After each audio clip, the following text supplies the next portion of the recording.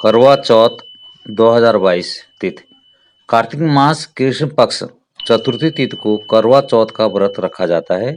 इस साल कार्तिक कृष्ण चतुर्थी 13 अक्टूबर को रात 1:59 से लेकर 14 अक्टूबर सुबह 3:08 तक रहने वाली है। उदया तिथि के चलते करवा चौथ का व्रत 13 अक्टूबर को रखा जाएगा। कथा सुनने का मुहूर्त। करवा चौथ का व्रत रखने वाली महिलाएं दोपहर के समय एक साथ बैठकर कथा सुनती हैं। इस दौरान महिलाओं की थाली में पूजा की कुछ विशेष सामग्री रहती है। इसमें हल्दी, कलावा, अक्षत, सिंगाड़ा, केला, मिठाई या बतासे जैसी चीजें शामिल रहती हैं।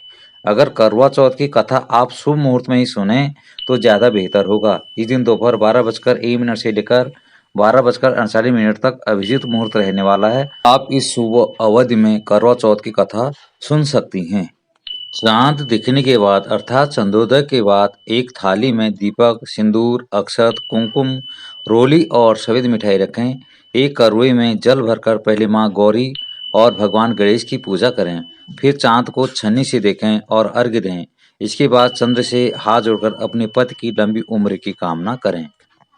करवा चौथ व्रत कथा। करकम शीर्षम पूर्णाम तोयि पूर्णम अथापि वा ददामि रत्न संयुक्तं चिरंजयतु मे पति इति मंत्रेण करकान् पर्द्यादिजसेन मे सुवासिनेभ्यो दद्याच्च आध्यात्तभ्यो एव वा एवं वरन्त्या कृते नारी सौभाग्यं काम्पया सौभाग्यं पुत्रपौत्रादि लभते सुस्त्रां श्रियम्। एक साहूकार के साथ लड़की और लड़की थी। शेटानी के सहित उसकी बहुओं और बेटी ने करवा चौथ का व्रत रखा था। रात्रि को साहूकार के लड़के भोजन करने लगे तो उन्होंने अपनी बहन से भोजन करने के लिए कहा। इस पर बहन ने बताया कि आज उसका व्रत है और वह खाना चंद्रमा को अर्घ्य देकर ही खा सकती है।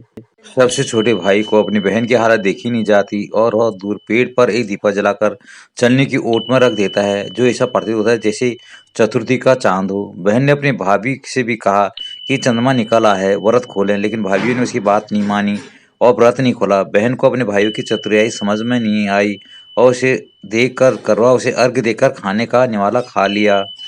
जैसे ही वह पहला निवाला मुंह में डालती है उसे छींक आ जाती है। दूसरा टुकड़ा डालती है तो उसे में बाल निकल आता है और तीसरा टुकड़ा मुंह में डालती है तो उसके पति की मृत्यु का समाचार उसे मिलता है। वह बेहद दुखी हो जाती है। उसकी भाभी सच्चाई बताते हैं कि उसके साथ ऐसा क्यों हुआ है। तो गलत तरीके से टूटने के कारण देवता उससे नाराज हो गए हैं।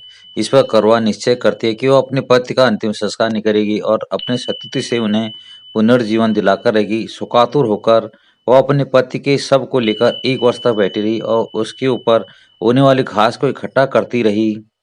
उसने पूरे साल की चतुर्थी को व्रत किया और अगले साल कार्तिक कृष्ण चतुर्थी फिर से आने पर उसने पूरे विधि विधान से करवा चौथ व्रत किया, जिसके फलस्वरूप करवा माता और गणेश जी के आशीर्वाद से उसका पति पुनः जीवित हो गया।